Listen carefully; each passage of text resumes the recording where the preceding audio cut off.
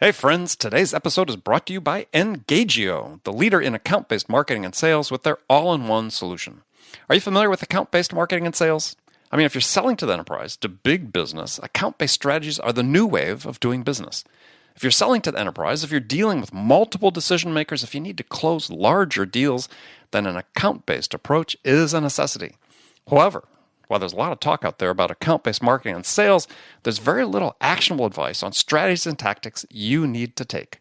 So our friends at Engagio asked dozens of independent sales and marketing experts, leaders in their fields, to contribute their recommendations about what you need to know to get started with it. And Engagio has compiled the collective wisdom of these experts into a most comprehensive guide that reveals everything you need to know about using account-based strategies to win bigger deals. It's called The Clear and Complete Guide to Account-Based Sales Development.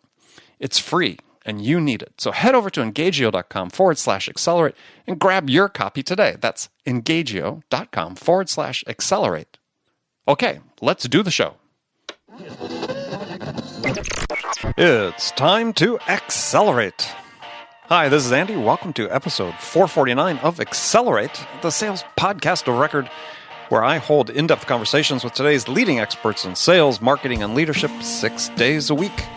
Hey, a couple quick things before we begin the show. First, please be sure to go to iTunes and subscribe to this podcast if you haven't done so already.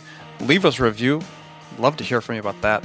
Also, if you have suggestions about topics or guests that you'd like me to feature on Accelerate, then please send me a note at acceleratefm@gmail.com. Friends, if you're also looking for new ideas about how to amp up your sales, get them back on track, then please go to accelerate.fm/spark. Get my new free ebook, How to Spark a Sales Turnaround. It's based on my interviews with over 300 sales experts about how they would boost their sales. And I've compiled their recommendations into a practical step-by-step guide that you can use to accelerate your sales today. So don't wait. Go to accelerate.fm/spark to get your free copy of How to Spark a Sales Turnaround. I'm excited to be joined on the show for a second time today by Michael Bungay Stanier. He's a senior partner of Box of Crayons, a consulting company that helps organizations do less good work and more great work. And I love that. He's also the author of several books, including the bestselling Do More Great Work, and his latest, which is doing incredibly well and is one of my favorite books, The Coaching Habit. All about behavior change. You need to become an effective coach and about asking great questions. I mean, it's actually a great sales book as well. So we're going to talk about that on the show. Michael, welcome back. Just take a minute, if you could, and introduce yourself again for those who may have missed you the first time. Yeah, perfect. So our bigger purpose at Box of Crayons is to help people and organizations do less good work and more great work, just as you said. But what we've found is we have a really specific focus in what we offer to our customers, and that is practical tools so that busy managers can coach in 10 minutes or less. For us, coaching, or being more coach-like, is just a foundational skill, and it can be applied for your team. So if you're a sales manager, it's a way of thinking about a great coaching, a sales conversation can be more coach-like. It really just becomes one of those great leadership qualities. And for us, coaching is not a particularly complex thing. If it boils down to a single behavior, it's how do you stay curious just a little bit longer? How do you rush to action and advice just a little bit slower? And of course, everybody who's listening to this, who's a salesperson, goes, oh man, how many times have I heard that? 1,000 times. It's like, stop beating me over the head with your product, get interested in who I am and what I'm up against and what my challenge is, and then see if you can find a solution to help me with that. So what we've done in the book and in the work we do is kind of break coaching down and being curious down to 7 really good questions, and also a focus on habit change. How do you, because everybody knows this stuff in theory, but how do you in practice become more curious? Right. Yeah, and I'll cop to having appropriated your term about extending your curiosity into my presentation. Just FYI, I give you credit for it when I do it. But I'll take it. But it's that and asking your AWE question, your awe question, great things that, and really, as you talked about, is the coaching habit. So for people listening to this is a book called The Coaching Habit. But when you go through it, as Michael said, it's really a nice little sales book, because this is behaviors you should exhibit with your customers as well as with people that work with you and for you that you're coaching. Yeah. So, urge people to read it. Now, gosh, there's been a truckload of books written about sales management the last year. It seems to me the topic du jour, 2016, was the year of sales management books. And in there was always something about the value of coaching, right? Mm-hmm. So, but I thought, interestingly, in your book, you have this quote, the research. So you say that there's still little perceived value in the coaching being given. That I think the study was that 23% of people being coached said that had little or no impact on their job performance. So no, it's worse than that. It's like it's the opposite. It's the opposite. It's like 77% of people thought it was little to no impact. Right, I inverted that. And of that, 10% feel like it's having a negative impact. Right.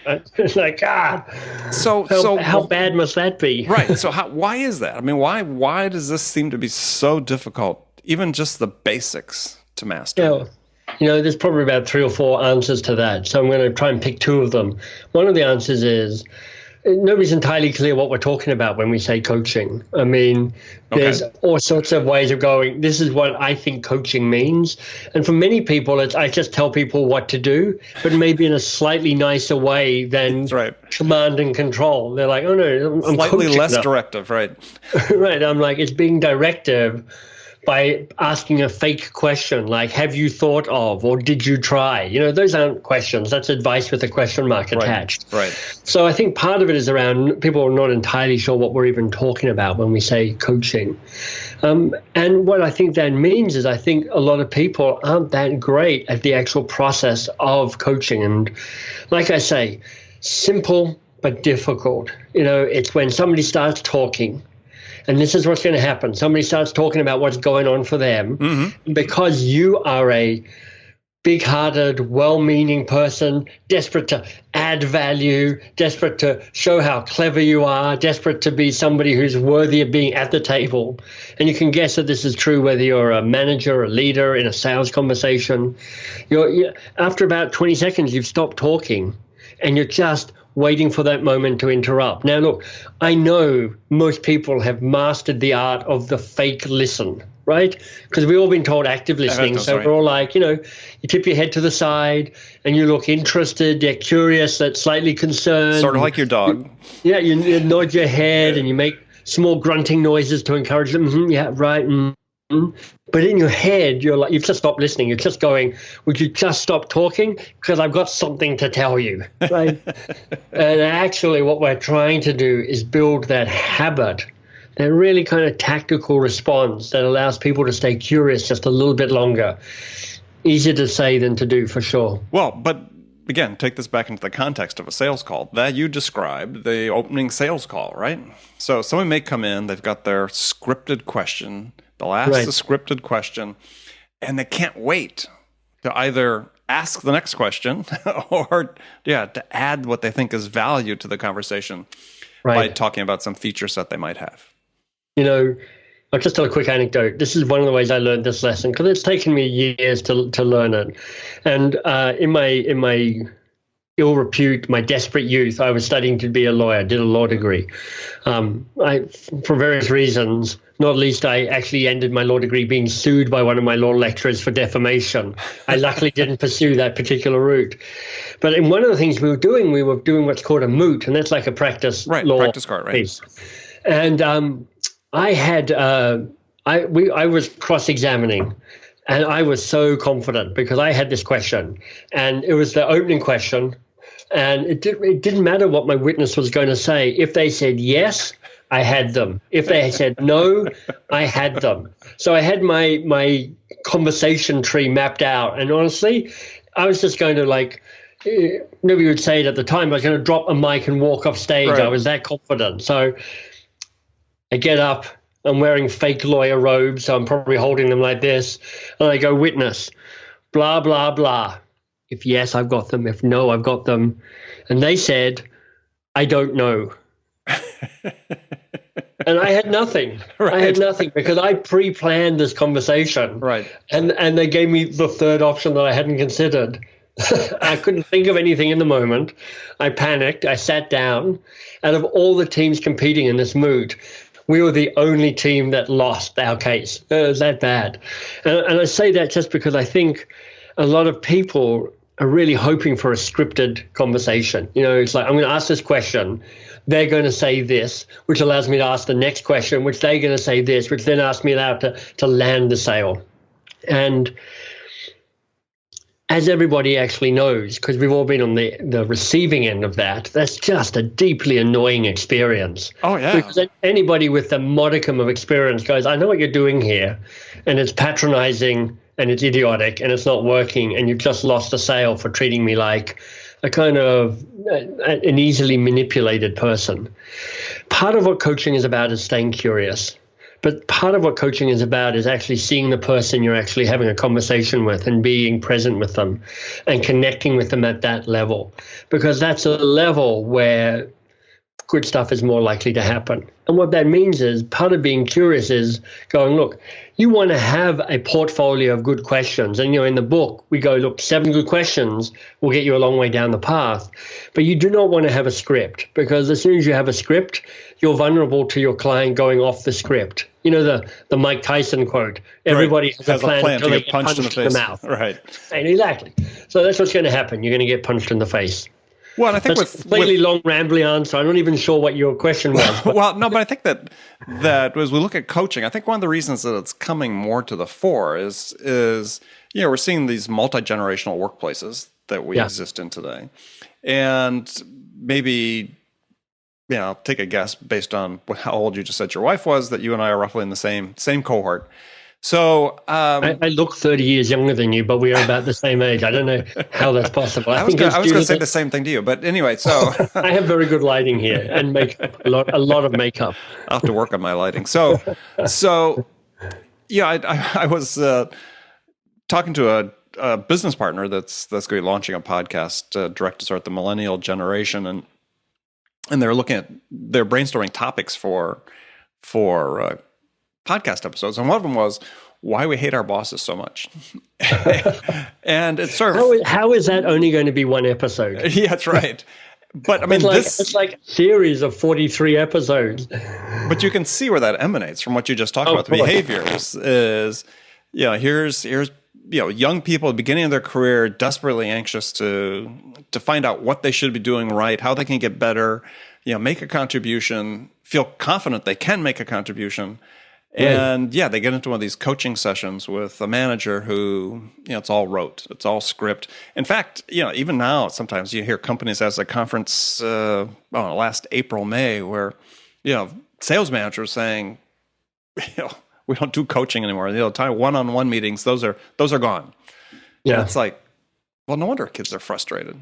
Right. Lots of us have experienced this, particularly with one emanation version of this is like the feedback sandwich. Like everyone's heard of the feedback sandwich. It's like you say something nice, then you tell them what you really want to tell them, which is they suck. Then you try and make them feel better by telling them something nice. So now everybody knows that formula. Right. There's all sorts of good brain science that says this is a terrible formula, it doesn't work. But everybody's like, oh my goodness. And he's saying the nice thing. I'm just waiting here for the next shoe to drop for him to tell me what's really going on. So really part of what you want to take away from this, and I'm just going to be agreeing violently with Andy here, which is the formulas almost never work. Formulas work in simple situations or even in complicated situations where it's linear and it's predictable. But in complex situations, which is what happens when you deal with other human beings, what you need are some principles and some core ways of acting that you can deploy as is appropriate. Mm-hmm. And you really want a portfolio of powerful actions rather than a script. Well, it seems like, getting back to a point you made earlier, is maybe we could clarify for people really what coaching is, right? Because I think so often we associate the word sort of in the, naturally in the sports field, right? You look at the cliches and you see coaches that they call plays or they define strategies, but everything sort of revolves, because we've got this sort of hero worship of coaches. Everything revolves around the coach. So instead of everything revolving around the players, right? And I think sort of the counterpoint of that, in my mind, is Steve Kerr, who's the coach of the Golden State Warriors. Right. And so what he's done is he's focused sort of 4 core values in his organization, which are joy, mindfulness, compassion, and competition. Right? Only the last one really sort of talks about basketball, right? Competition. But it's really the joy of competition. So it's joy, mindfulness, compassion. And none of that is directive. Right. And, here's our equivalent of Box of Crayons. We carry the same principle approach to it. So you can see that for us: provoke impact, be generous, pursue elegance, have fun, nurture adult to adult relationships. Yeah, I love that. So with my team, what's really clear for anybody who kind of wears the Box of Crayons brand in some way, I say to them, if you make a decision that is based on those three principles, I have your back 100%.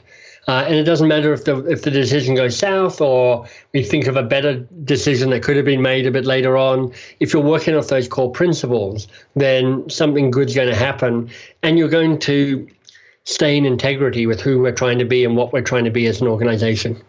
So that really then, if we get back to say, okay, how do we define coaching? Yeah. So there are a lot of definitions of coaching in this world.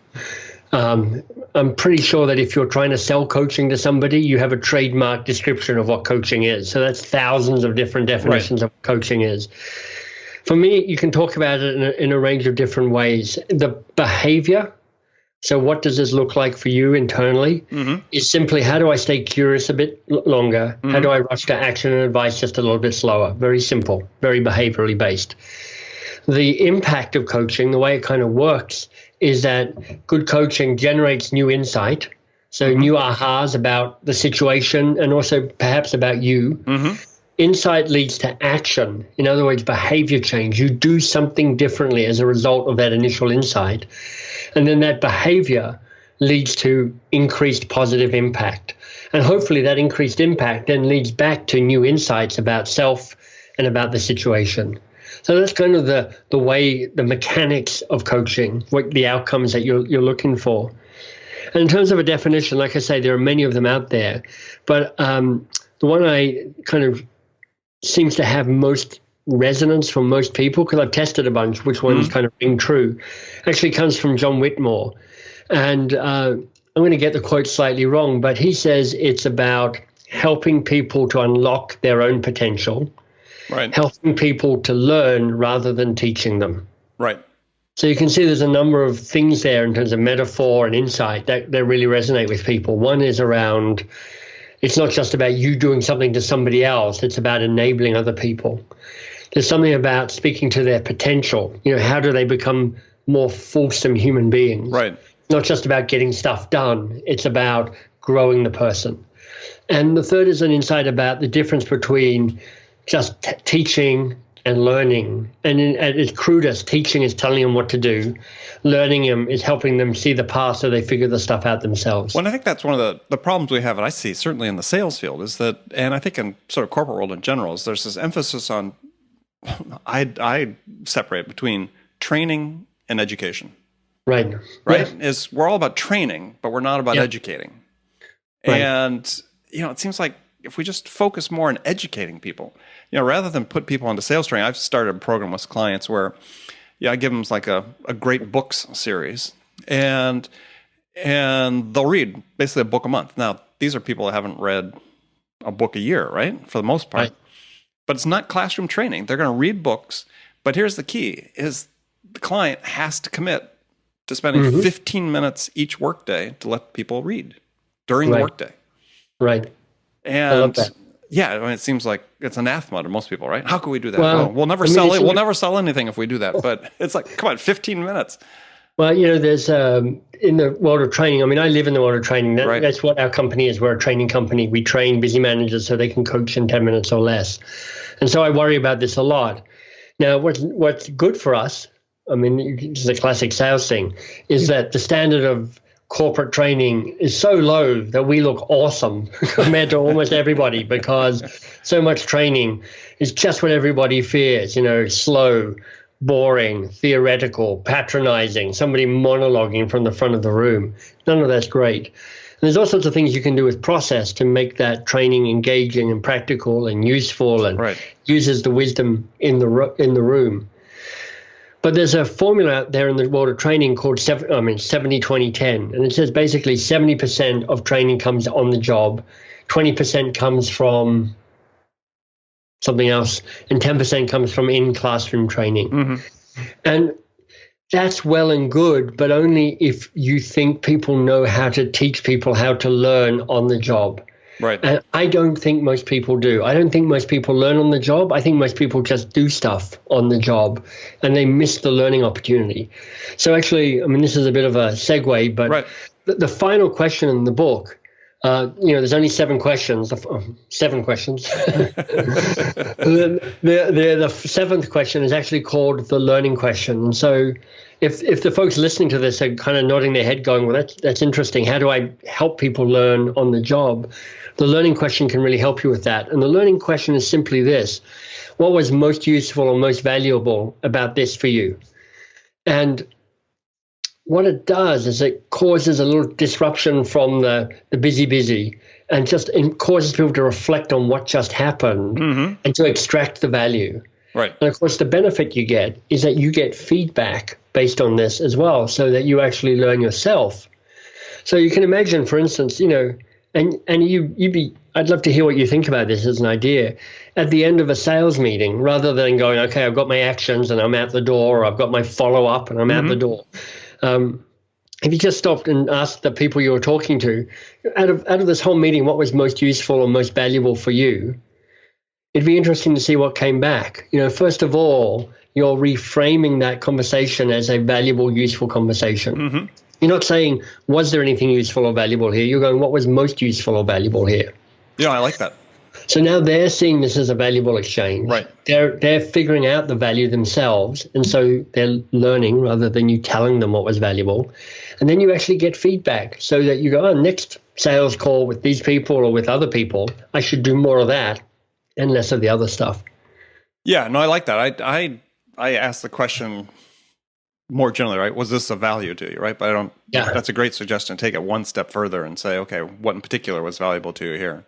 Well, the challenge with was this of value to you is that it sets you up for a yes or a no answer. Yeah, I know. And if they go no, then that's a downer for everybody. It may be the truth, though. And it may be the truth. Right. But if you ask what was most useful or most valuable, A, they're going to extract some value from it. Right. But B, you can see the kind of the size of that nugget, whether you're going, man, that wasn't very much for an hour-long conversation. I need to do something differently next time. Right. Yeah. Well, and so think about this, people listening, and from both a coaching context as well as a sales context, that question is a great way to end. So I want to jump in the time we had remaining to talk about behavior change, because we're talking about, we're making behavior change and turning behaviors into habits, which is a favorite topic of mine. Yeah. And again, you had I've been studying a lot recently about habit change and so on, and some of the books you've recommended in your book I've read, and interesting facts. And one you have in your book is that 45% of our sort of waking behavior is habitual.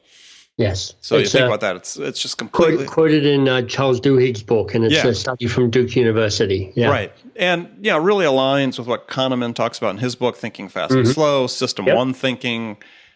That's just the most efficient way for our brains and our bodies to operate, is just be on autopilot. It's awesome, except when it's not. Right. It's awesome, except when it's not. Right. Yeah. So, as you said, we're not, I quote from your book, not so much controlling how we act with our conscious mind as we are being driven by our unconscious mind. Yeah. And that's us and our customers, or us and the people we're coaching, is we tend to go with the easy route, as Kahneman talked about in his book, because consciously thinking about something takes too much time.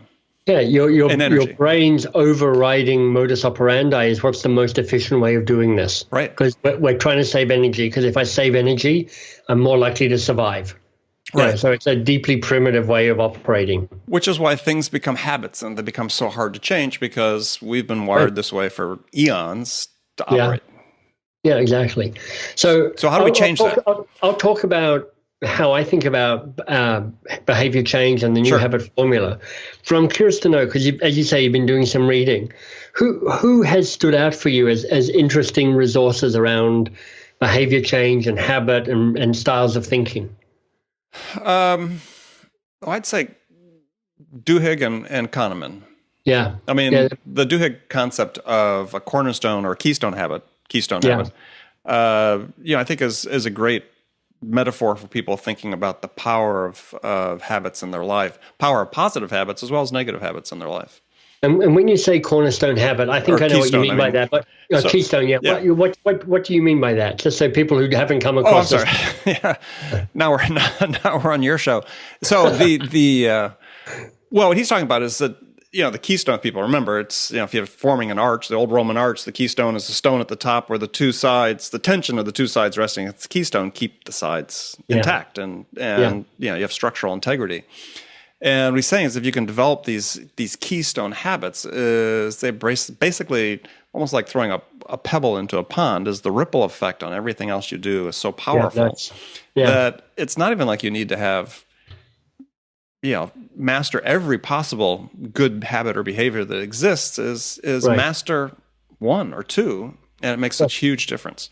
Like, for instance, a keystone habit might be getting up at 5 o'clock, because when you do that, that triggers time for exercise, time for meditation, and time to drink more coffee or something. Or something like that. Well, in a practical sense, in sales, what I'd say as a keystone habit is one that I stress, and is responsiveness. Right? So customers come to you with a question, an inquiry, a comment, something, is, they're looking to either make a decision in the least time possible, least investment of time. We know that's what, from Herbert Simon and other people, that this is what customers want to do. People want to make decisions, good decisions quickly with the least investment of their time. So if you can support that by being responsive. Right. And hyper-responsive, meaning not just fast, but fast with value, something that's helping them, then that begins to ripple through everything you do. And if you commit yourself to that, suddenly you stand apart from your competition or from your peers. Yeah, very nice. That's a keystone habit. I agree. I like that. And it's something about, Tim Ferriss talks a bit about this as well, which he talks about what's the lead domino. What's the thing that if you get that as the thing you master, a bunch of other dominoes fall as a result of that. Right. And it's a similar way of thinking. Right. For us, so this is really important for people listening in, because if you want to become a better sales manager, a better salesperson, what you need to do is change your behavior. You can't change your behavior efficiently if you don't understand habits and the power of habits, because habits are the building blocks of behavior change. And there's a lot of guff out there in the world about habits, stuff that people just randomly made up, and now they are on the internet. Read some of that. Yeah, exactly. I have too. But as Andy's saying, there's a lot of good stuff that's coming out. And the three people who I lean on most, Charles Duhigg, The Power of Habit, kind of the seminal book in this space. BJ Fogg, right? Tiny Habits. tinyhabits.com, great website for people to check out. Lots of free resources there. And a big kind of left wing is, or kind of off center, is a guy called Leo Babauta. Right. Zenhabits.net, a book of the same, but lots of thoughtfulness about building better, healthier habits.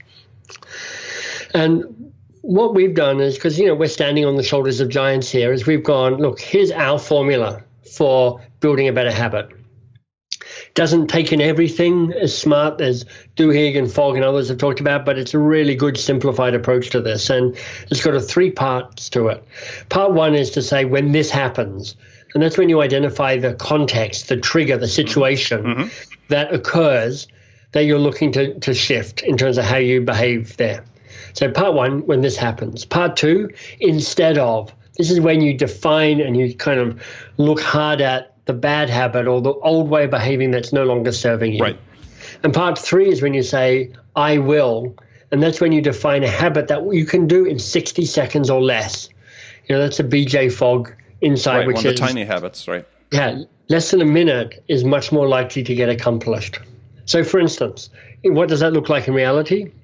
When I'm having a sales meeting and the client says, so tell me what you got.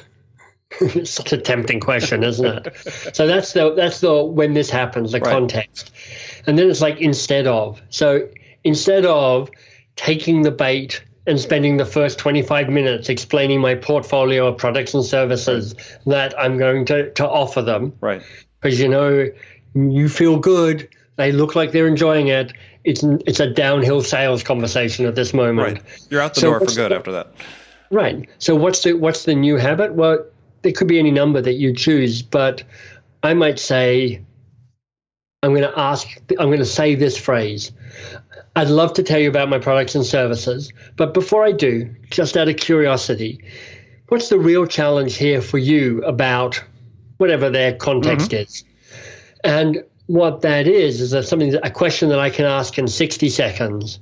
And what I've done is I've primed myself to recognize the thing that suckers me in every time, that derails a good sales conversation. And I'm building a habit that allows me to stay curious a bit longer. So when they go, hey, Michael, tell me about what you sell at Box of Crayons, instead of going, yeah, let me tell you about our awesome coaching programs, I will say, look, I'd love to tell you about our coaching programs, and I will. But before I do, what's the challenge you're facing? What's the real challenge around practical coaching for your busy managers? Right. And hopefully that's going to be a better conversation. I think it will be most times, and it's a habit that I'd be looking to reinforce in me and my sales team. Yeah, I mean, it's interesting you brought that up as an example, because I have a habit I teach people is I call it the ask, don't tell habit. Yeah. is just in those situations don't tell, ask a question instead. Yeah. And for people listening, I talk about you need to be armed with questions. Don't put yourself in the situation. One of your habits isn't that the bad habit is that you think you can make everything up on the spot. And sales is not about improvisation; it's about preparation. Right. So if you want to have good, spontaneous conversations, it starts from being prepared. Oh, I totally agree. And so, I talk about a question, which is what I call a killer question. And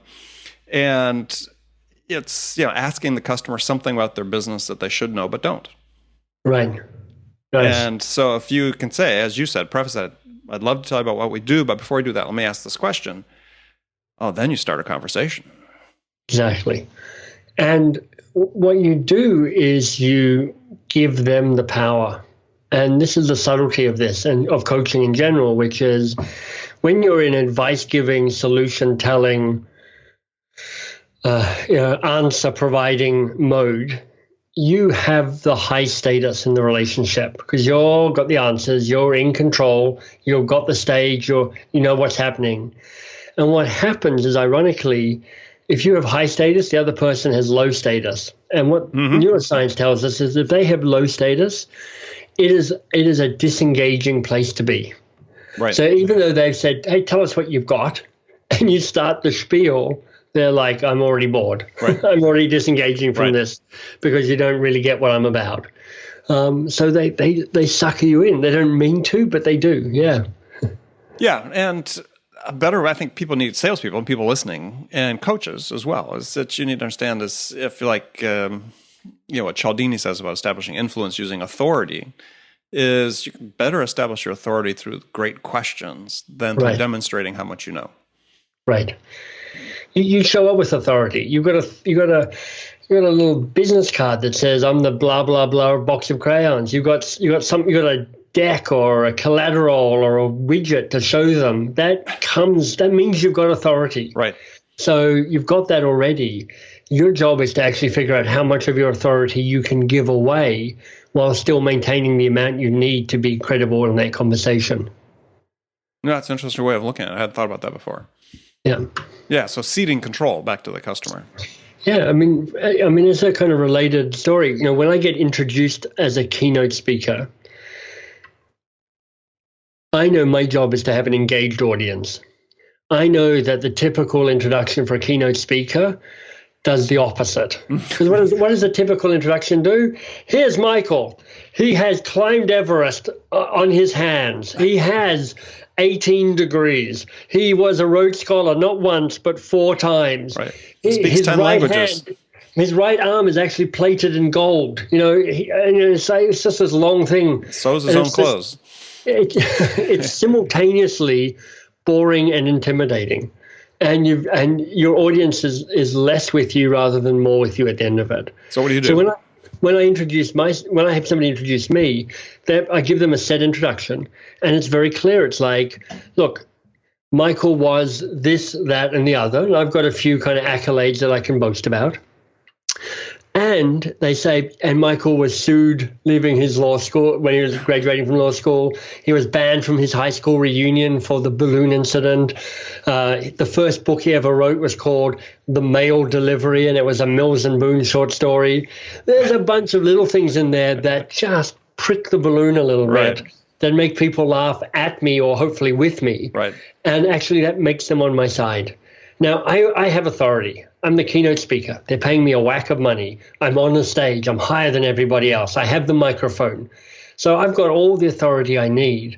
I'm trying to diminish some of that, because if I lessen my status, I raise the audience's status, which makes them more engaged and more interested in who I am. Yeah, I mean, humility is very powerful. And I am awesome at humility. I mean, probably the best in the world. He says, with just a touch of humility. It's an attempt at humor. Yeah. Right. Okay. Well, it sounds very Trumpian. Michael, last segment of the show, I've got some standard questions I ask all my guests. You've been here before, so I've got new questions for you. Oh, okay. I'm on my toes. You're on your toes. Okay. So these are... You'll pass, I'm sure. Flying colors. So, not that we grade them, but if we do, we'd grade them on a curve. So apparently, it's now a pass-fail thing. I didn't know that. Now I'm under pressure. So, first question is: in your mind, is it easier to teach a technical non-salesperson how to sell, or teach a salesperson how to sell a technical product? Oh, that's a great question. I think both are relatively easy with the right process. It's easy to do both of those really badly. Yes. And make a salesperson despair. Right. And make a non-salesperson despair. Right. And it's not easy, but design is everything. When you think about training, thinking about the arc, thinking about how you reinforce learning, thinking about how you make it experiential, thinking about how you help them figure it out themselves rather than you telling them. Right. There's a bunch of good disciplines to good training that allow good teaching to happen. And I think if you understand the principles and the structure of what great adult learning is, both of those things are accomplished easily enough, not easily, but achievable. Achievable. Okay. Yeah. Fair enough. So what non-business book would you recommend that every salesperson and sales manager read? Well, my background is actually literature. So I have a master's degree in modern literature. So what literature would you recommend?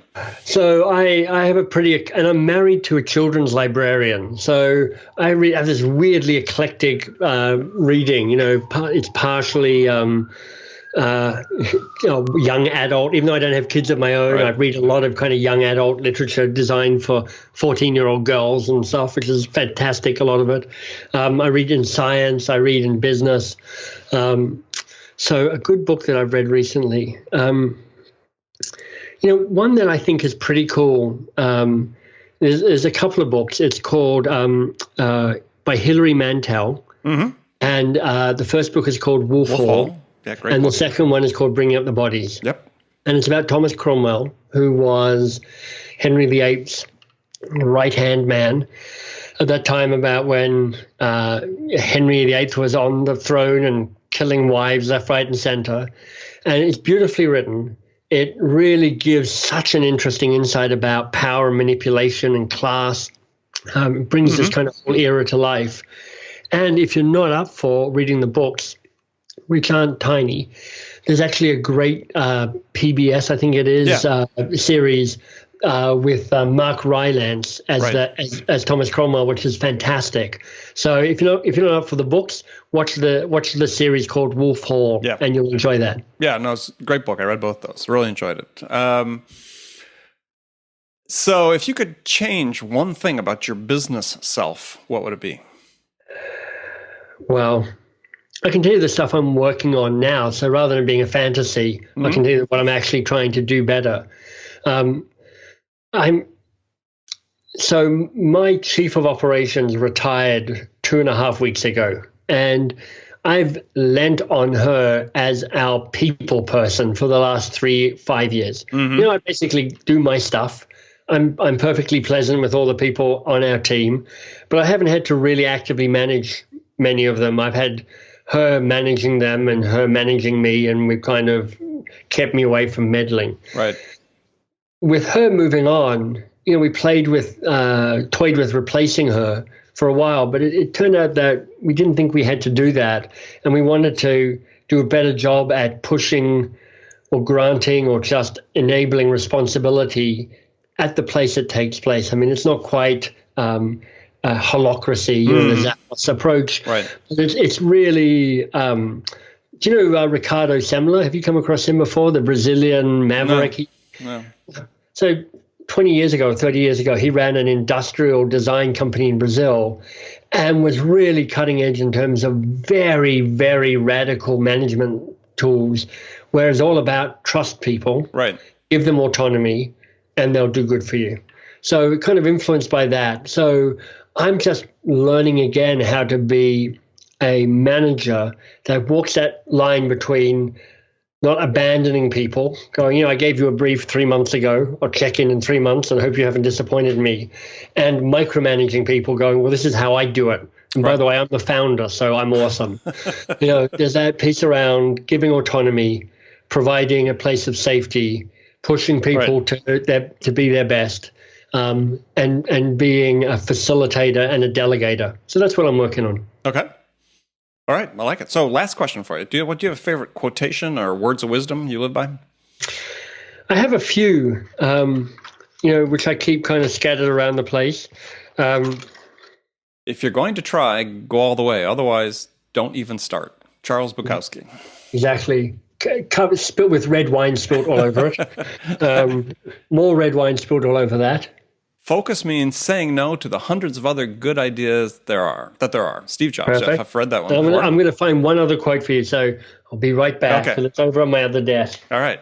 People, our listeners have hung on to the end of the show. We've got one more quote coming from Michael. Here we go. Perfect. Oh, it's framed. Let's see. It's framed, that's right. Don't undertake a project unless it is manifestly important and nearly impossible. Edward Land. Okay. So he was the inventor or the creator of Polaroid. That's exactly right. Yeah. So there you go. Those are three things that I keep nearby and I keep looking at and I keep going, I should do that. Yeah. Well, those are good ones. I like those. Yeah, I think everybody should have. I mean, hopefully people got the clue. Is we talk about affirmations, we talk about quotes. I mean, they're important.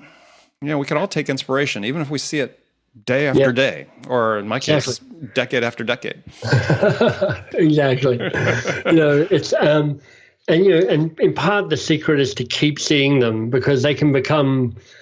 It's like when people laminate their values and put them on the wall. They become wallpaper. You stop seeing them. Right. So it's like, how do you keep engaging in these core values? How do you keep talking about them? How do you keep reinventing them and re-encountering them so that they challenge you with where you're at now, not where you were a year ago or 3 years ago or decades ago, like you? Yeah. Well, mine is, I haven't really shared with people. Mine is a quote from Paul Tillich, who was an American theologian, philosopher, and I'd seen it in a magazine and cut it out, and I've had it ever since. I came across the clipping, and I've had it for a long time, decades. And the quote is, "The awareness of the ambiguity of one's highest achievements, as well as one's deepest failures, is a definite symptom of maturity." Oh, I love that.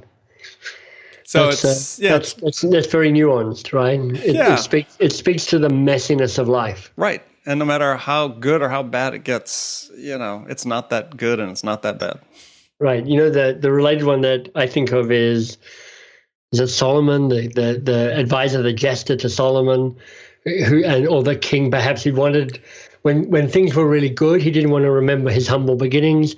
When things were really bad, he didn't want to forget that, that the sun will rise again. Right. So he wanted some way of managing all of that. And the advisor gave him a ring that simply said, "This too will pass." Right. Yep. Yeah. All right. It ebbs, it flows. It ebbs and flows. Well, Michael, it's been great. Just like this podcast. I have a feeling this podcast is ebbing. We're ebbing right now. So, Michael, it's been great talking to you again. And so tell folks how they can find out more about you and connect with you. Sure. So if you're interested in the book, and honestly, the book's been going really great. Well, it's been fantastic how well it's been doing. So, over 100,000 copies sold. Yeah, so it's less than a year old, 100,000 copies sold, Wall Street Journal bestseller. It's been the #1 coaching book on Amazon. for 95% of the last year, if not more. So if you're interested in looking at that, thecoachinghabit.com, there's downloadable chapters and resources and all sorts of stuff there. So you don't even have to buy the book. You can just purloin a lot of the wisdom. And if you're interested in our actual programs, practical coaching skills for busy managers, and we work typically inside organizations, then Box of Crayons, all one word, .biz, B-I-Z, or B-I-Z, depending on where you are in this world. If you're in Canada, that's a Z. All right, so as Michael or Australia, or the Australia, UK, right. or any other English the Commonwealth, right? All right, Michael, thanks again. And friends, thank you for taking the time to join us today. Remember, make it a part of your day every day to deliberately learn something new to help you accelerate your success. And the easy way to do that, make sure you don't miss any of my conversations with my guests, like my guest today, Michael Stanier, who shared his expertise about how to accelerate the growth of your business. So thanks again for joining us. Until next time, this is Andy Paul. Good selling, everyone.